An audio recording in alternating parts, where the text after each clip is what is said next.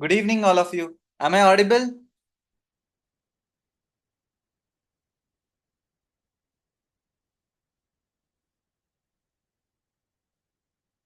Okay, so today's session is going to be about verbal and non-verbal communication. So basically non-verbal communication, because last time I told you about openings, right? So last session we discussed about how to start the class. How many of you tried the techniques that I told you? What all techniques did I tell you? I told you 4 5 techniques to start the class with, correct? I told you can start the class with the open-ended questions, or you can start your class with facts, or you can start your class with a story. How many of you used any of the technique? Tell me. I Most of you even wrote examples that how you are going to start your session. Correct? From your subject, many of you gave examples. So how many of you were there last time and actually used those techniques? Is there anyone who used them?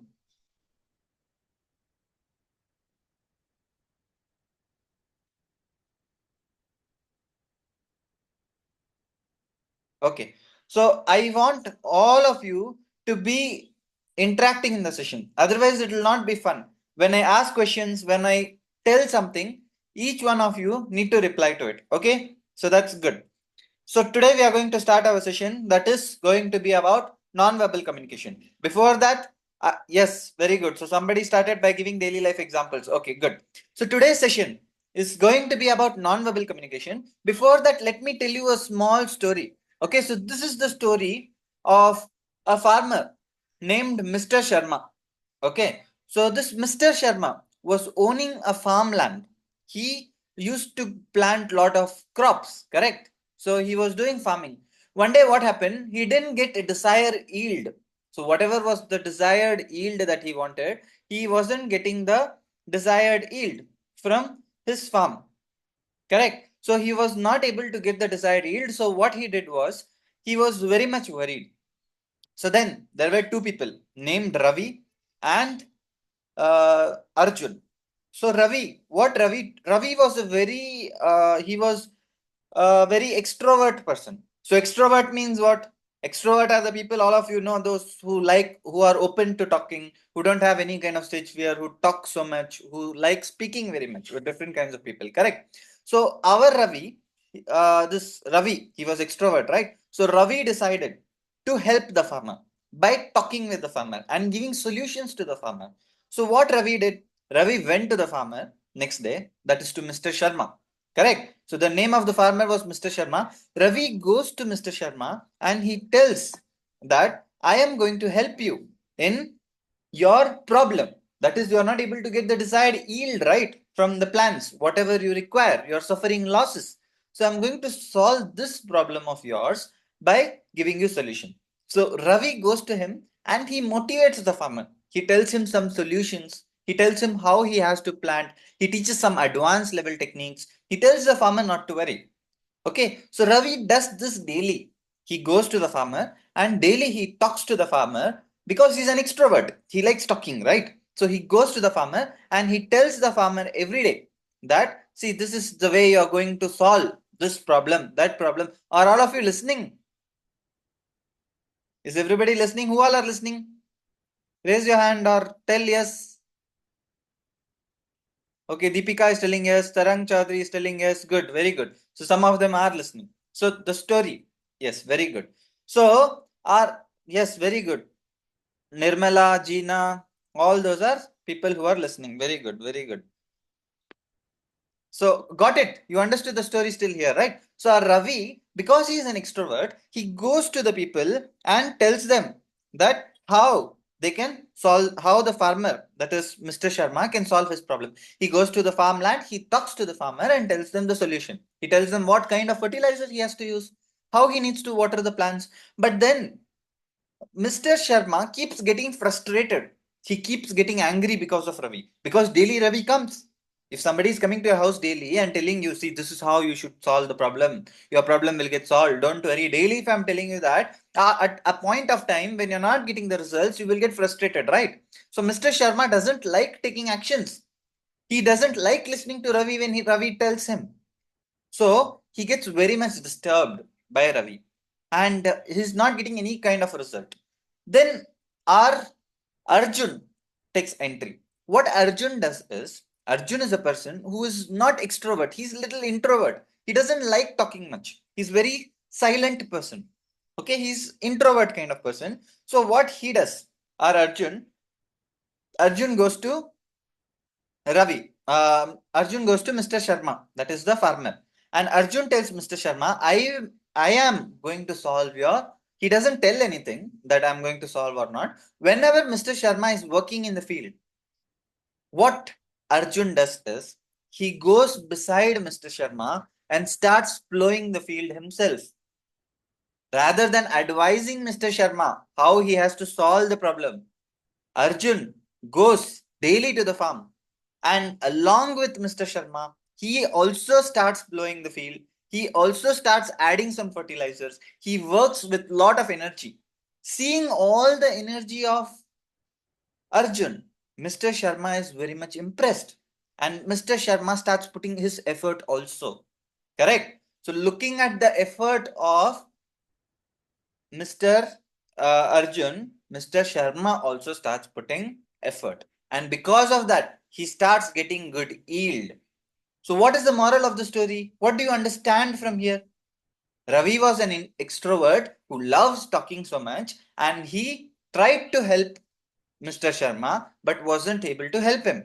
Whereas Arjun was an introvert. Still, he was able to solve the problem. So, what is important here? What do you understand from the story? Is it important to be an introvert to help somebody or extrovert? What do you learn from this? Actions speak louder than words. Very good. So that is very true. That is an important factor here. Actions speak louder than the words. Correct. So this is the topic. That's why I'm taking a session on this topic.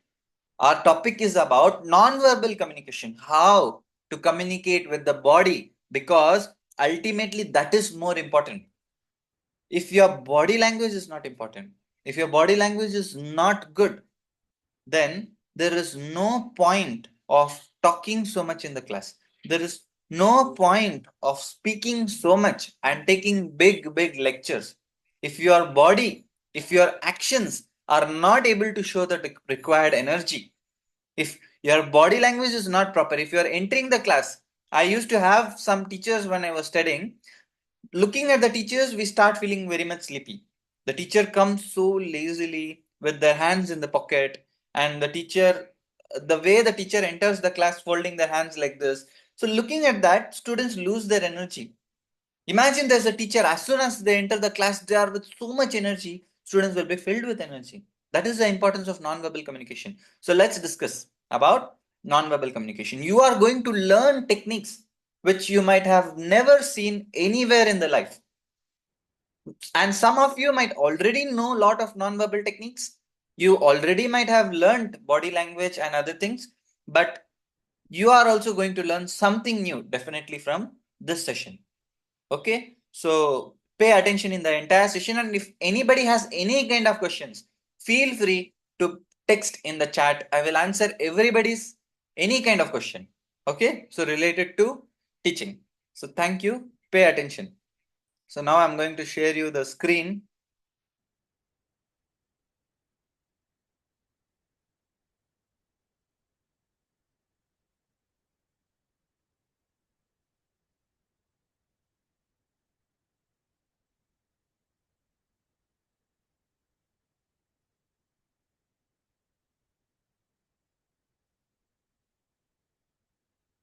Okay, is my screen visible?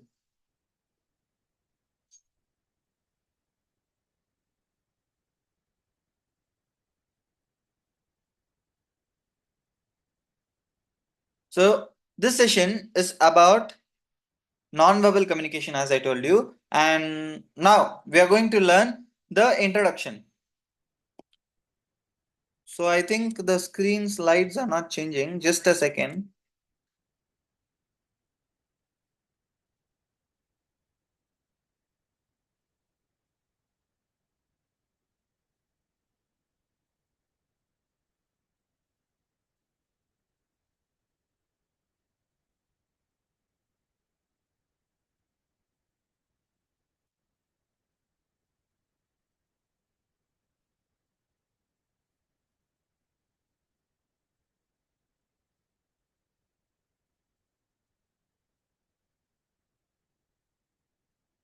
Yes.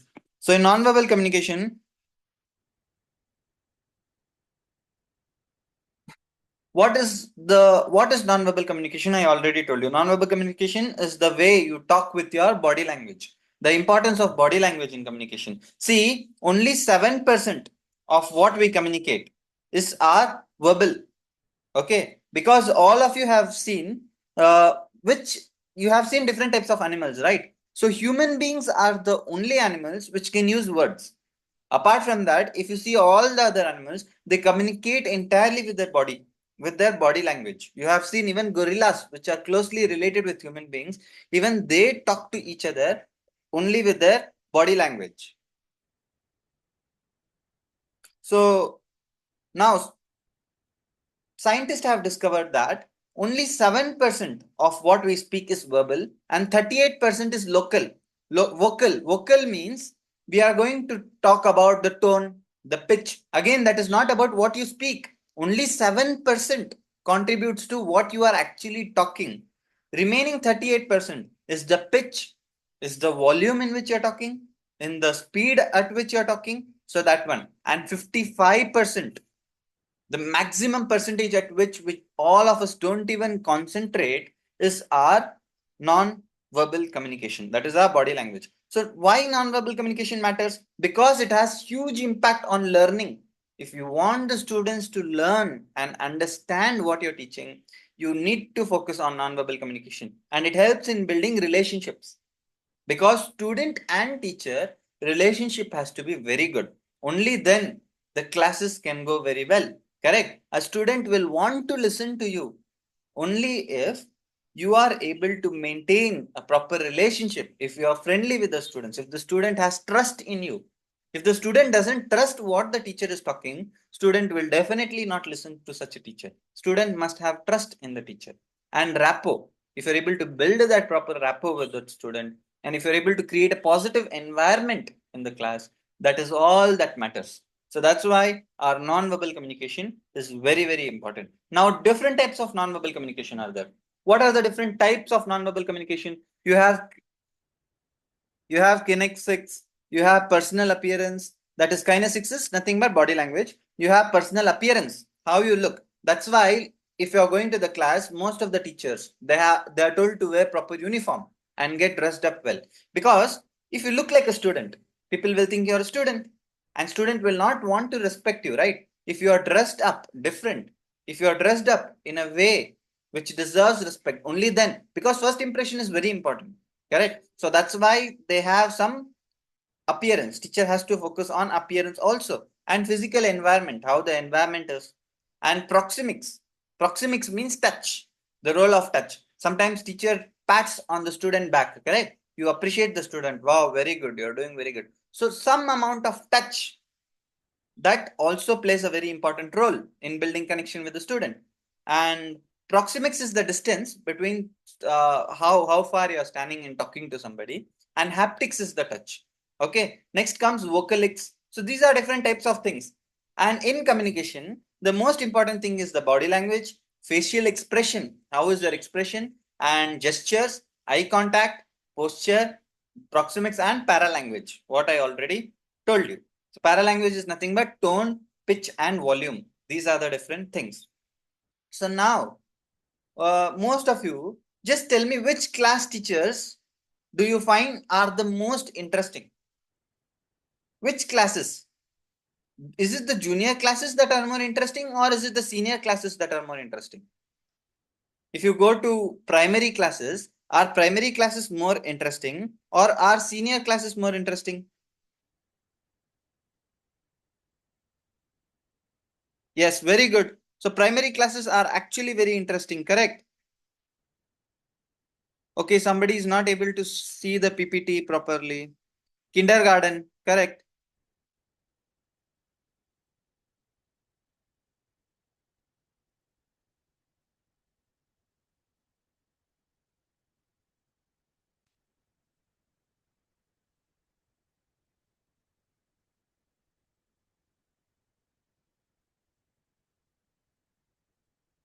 Yeah, I'm keeping it in full screen view, but when I keep it in full screen view, it is not visible. That's why I'm unable to keep it in full screen view. When I'm playing it in full screen, the PPT, it doesn't. Yeah, I tried maximizing it. I don't know what is the issue.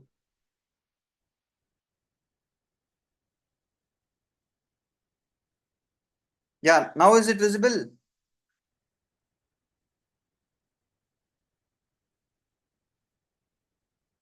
Okay. So yeah, so these are the different kinds of things that are important types of communication. Now, body language. Now, in body language your body language has to be in a way that conveys confidence and authority because you're a teacher, correct? And a teacher must convey some amount of authority, correct? So how do you show confidence? Yeah, I was asking a question that which class is more interesting. Yes. So I asked question why, because all of you have seen kindergarten classes and the primary classes are very interesting. Have you ever visited their classes and seen how the teachers teach? When the teachers teach ABCD, even if you see them teaching ABCD and poems, they sing. They make it so interesting. Their body language is so playful. They tell A for apple, B for ball. They will be singing in the class. They are so expressive. Their expressions are very much exciting. Why does it stop when people reach some senior age? If you can keep the classes the same way you teach primary classes, do you think the students will not pay attention? Do you think the students can even sleep in such classes? That's not at all possible, right? So the main reason why the classes are boring is because teachers are becoming boring. Teachers are not interesting. And that's why students feel very sleepy in the class. You must be very, very expressive, very, very energetic. Okay, so body language makes your communication better. It builds trust and rapport. You can read all those points. I'm not going to read points. So just focus on what I'm trying to show you. Okay, what I'm trying to tell you. Now, body language. There are different types of body language. One is open body language and other is closed body language. So if you talk about closed body language, for example, teachers will be closing their hands like this. That is closed body language. Or if you are covering your hands in front of you, that is a closed body language. If you are keeping your hands in the pocket, front pocket, that is closed body language. All those are closed body language. And if your body language is closed, the students will not be able to connect with you. You should have a very open body language. Your hands should be stretched up. You should talk with your hands. And there are different ways, different things that the hands mean. Let me tell you. So this is one way. If I'm showing my hands like this, it means I'm very dominant. I'm not dominant, I mean I'm very open. If this is the way. If I show the hand like this, all of you have seen Nazis, correct? Hitler used to point like this. So that is dominant position. It means you're trying to dominate. So then people will not listen to you. If you're using a lot of finger, if you're trying to show a lot of finger to the people, that is also a kind of position in which students will not listen to you, or any kind of person will not try to listen to you. This is something giving. I want to give you something, correct? So this is not a dominating position. This is a position in which you're trying to give something. So if you show your palm, try to show your palm more when you talk. Research has showed this. Whatever I'm talking is based on research. It's not from my mouth. I have written a book based on psychology. So I am talking based on facts and based on research. Okay. So all these showing your palm makes your body language very much open and it builds up interest among the students. And the best way is if you keep your fingers, two fingers closed like this, and then if you show, that builds more trust in the student. This is preferred by majority people. You're showing a hand and having two fingers closed like this. Okay. So this is more, it builds more interest among the students. Okay. And showing the hand is the best way. But don't cover your hand or don't fold your hand. Don't try to keep a closed body language. So this is the difference between open versus closed body language. Now, facial expressions. All of you know facial expressions. That is smile, happiness, anger, correct? So facial expressions play a very important role in the class.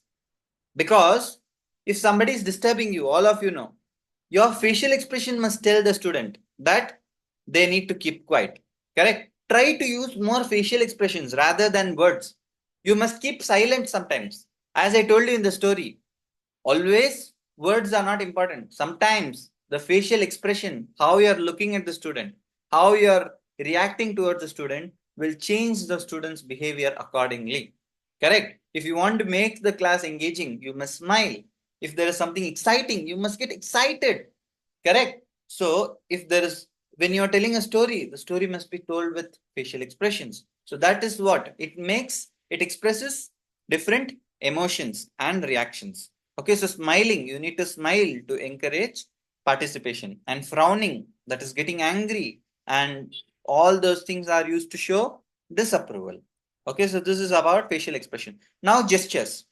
Gestures are, I told you about open and closed body language, right? If you're sitting like this, closed. If your legs, again, one more thing. If the legs are crossed on top of each other, if the students are sitting with their legs crossed like this, correct? If the students' legs are crossed, if they're sitting in the class, that also shows that students' body language is closed. Students are not interested in your class. You can see the students' body language and understand what it is. So let me tell you from the legs, okay? I will be starting from the legs and I will be telling you the different types of body language. Correct? So for now, for a few seconds, I will stop sharing my screen because just watch what I'm trying to tell.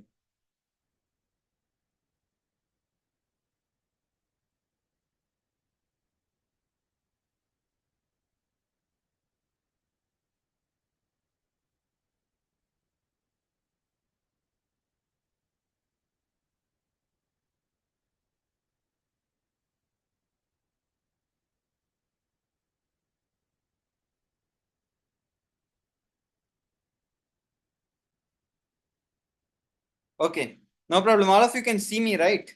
So legs. Legs also convey different kinds of messages. So if the student's legs are pointing towards the door, it means the student is not interested in your class. Correct? So which side a person's legs are pointing, that also tells us the amount of interest that the person is having. And the way their legs are kept, if the legs are crossed over each other, that means they don't have interest. Correct? So that is about the legs. Next comes the hands. I told you how the hands are placed. If the hands are crossed like this, that means they don't have interest. Their body language is closed. If the students also have open body language, it means they're very much interested in your class. And handshake. Handshakes also convey different types of messages. There are different types of handshakes. Dominant handshake. If somebody is shaking the hand very firmly, very lightly. How many times should you shake the hand when you hold somebody's hand and try to do a handshake? Your handshake must be firm, but not very tight and not very loose. Firm handshakes, very tight handshakes, yes, two times. Almost one or two times you need to shake the hand. Some people, what they do continuously, they keep shaking it 4, 5, 6 times. So that is a very bad impression, especially on females. So that leaves a very bad impression. And all those are the steady. And if your palm is kept over other person's palm while shaking, if your palm is facing down, it means you are dominating. You are trying to show domination over somebody by holding their palm like that and shaking it. Correct. So there are different types of body language. Again, I don't want to make the session very long. So let's wind up very fast. So gestures, there are different types of gestures. As you can see in the picture also, somebody is holding their hand back. That is again not a good gesture. Your arms have to be open always. And somebody is closing the arm. And the second gesture tells somebody is thinking. You shouldn't point. Fourth gesture is again, you shouldn't point towards somebody. You should avoid such kind of gestures. And next is crossed leg. If your legs are crossed, again, that shows lack of interest. So these are different types of gestures. And eye contact. Again, eyes are the door to the inside. It tells you about what the person is thinking. Correct? So what the eyes tell us is, if the person is thinking, for example, if people are thinking, if their eyes are moving upward when they're thinking, correct? If somebody is thinking looking upward, it means they're trying to remember some visual.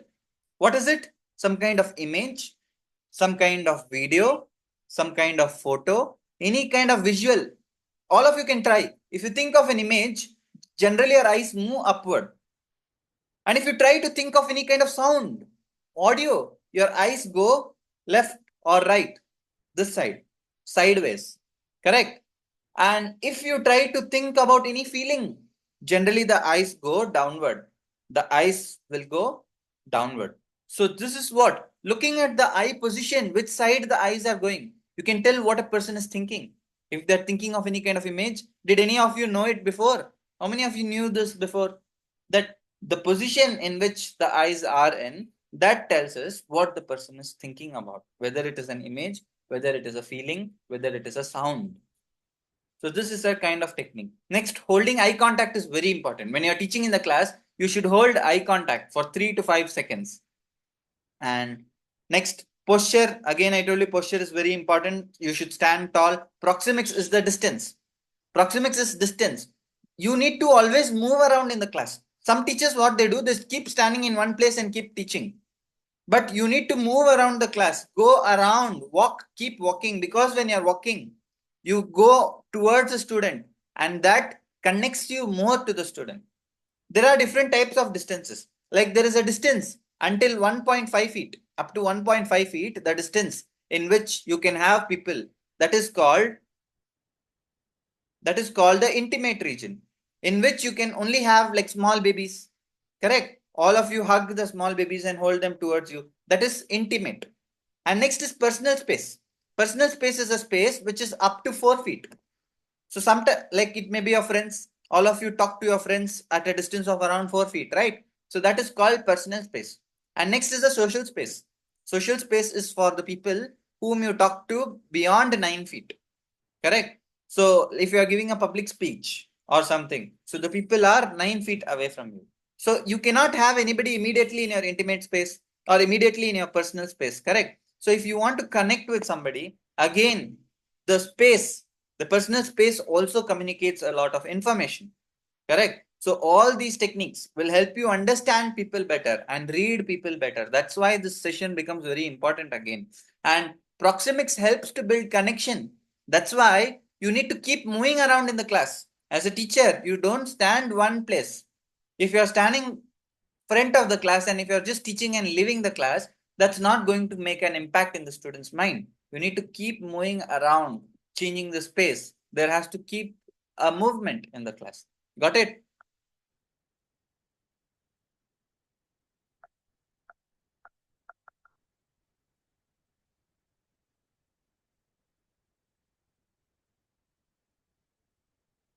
Next is the paralanguage. That is, the paralanguage adds emotion and emphasis to the speech. Like what I'm talking, varying the pitch. You cannot see, if I was giving the entire session just in one volume. Today's session is going to be about this topic. And today we are going to talk about body language. Body language is nothing but this. If I keep talking in one tone without varying the pitch, without varying the volume, without using pauses, without pausing in between, will the session be interesting?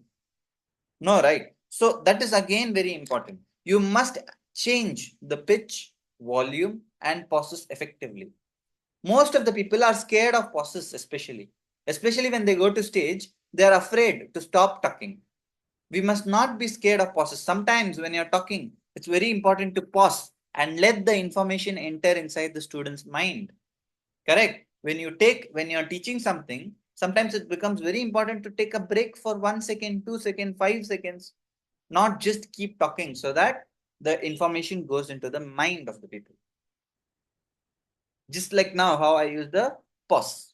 Correct? So when you use a pause, it creates an time for the information to reach the people's mind. And there are different types of, again, speed, volume. I told you the speed is also very important. Have you seen Prime Minister talk? Why does Prime Minister talk so slowly? Tell me. I don't talk like the Prime Minister very slow, right? I am talking a little bit faster. But why Prime Ministers talk very slow? Almost all countries, Prime Ministers talk very slow. Because they want every person in the audience to be able to understand what they're talking clearly and focus on each and every point. So sometimes speed becomes very important. If you're telling something very important, you need to slow down and tell it. And you need to use pauses effectively. And you shouldn't repeat the line again and again. When you talk slow, it's very important you don't repeat the line. Then again, people will not pay interest. You should talk it once. Like you have seen Prime Minister. He doesn't repeat his lines. His entire speech is different. He keeps talking, talking, talking. He doesn't repeat what he's talking. Because of that, people pay a lot of interest. Got it? So these are the different ways in which you can use paralanguage. Again, I'm not going to read the points because it is already written and the video is going to come on YouTube. All of you can watch on the YouTube too, if anybody wants to make notes or read anything. So what are the practical tips?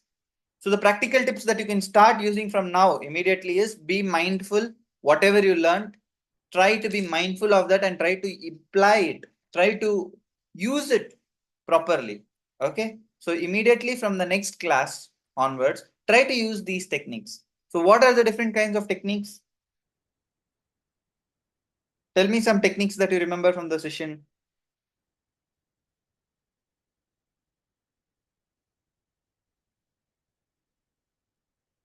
Nobody is telling anything.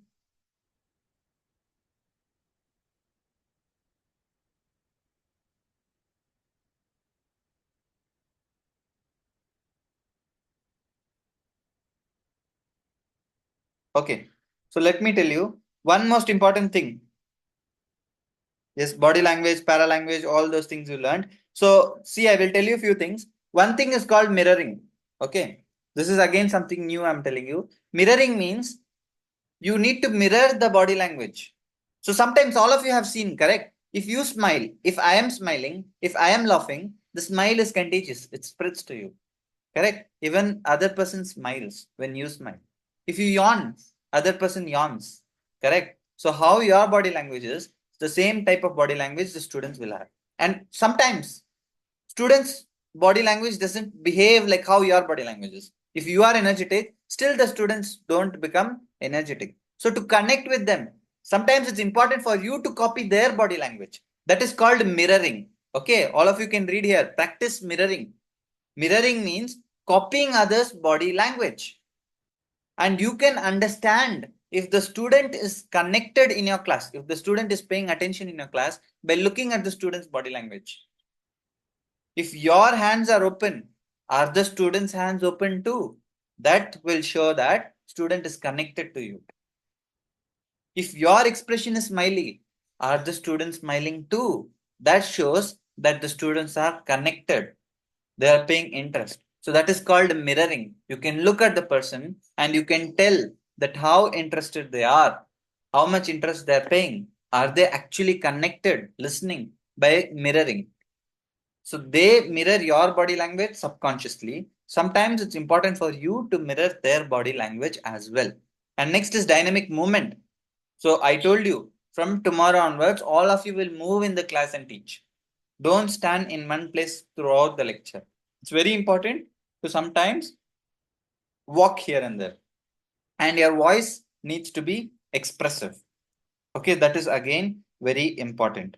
So practice all these different kinds of techniques. I didn't include a lot of content. There is so much for me to talk about. I could have spoken about so many secret body language, so many advanced body language techniques, but I didn't want to talk about them because this much is sufficient. As a teacher, if all of us use only so much, that makes everything interesting. So if all of you want your sessions to be really exciting, it's very important that we learn from the primary school teachers. We learn from the kindergarten teachers. It's okay. All of you can just visit one of the kindergarten teacher and see how she is teaching. That will help you to make your class really exciting and interesting. And consistency in aligning verbal and non-verbal messages is also a very important thing. Your verbal messages, what you're talking, should be consistent with how your actions are. Correct? So this makes our session very much interesting.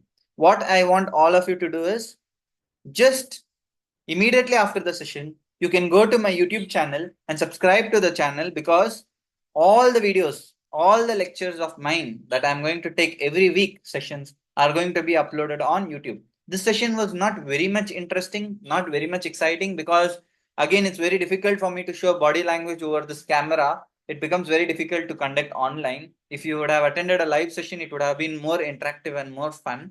But next session, I promise is going to be very interesting. So don't miss the next session. And Uh, what kind of next session will you want? Does anyone have any thing in mind that you want to learn in the next session? Any suggestion for me that you would like me to take the next session upon?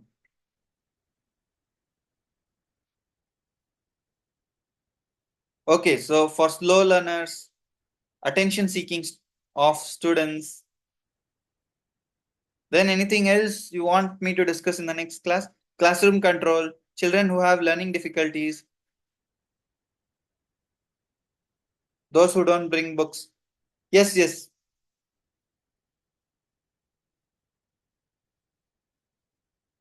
Okay, sure. We are going to have a session on motivating students, how to manage naughty students, and definitely on other aspects as well. Please subscribe to my YouTube channel so that all of us don't miss any session. Okay, and we will definitely have last session which is going to be interactive. So all of you can see your videos as well on the YouTube channel. Thank you very much. Have a nice day.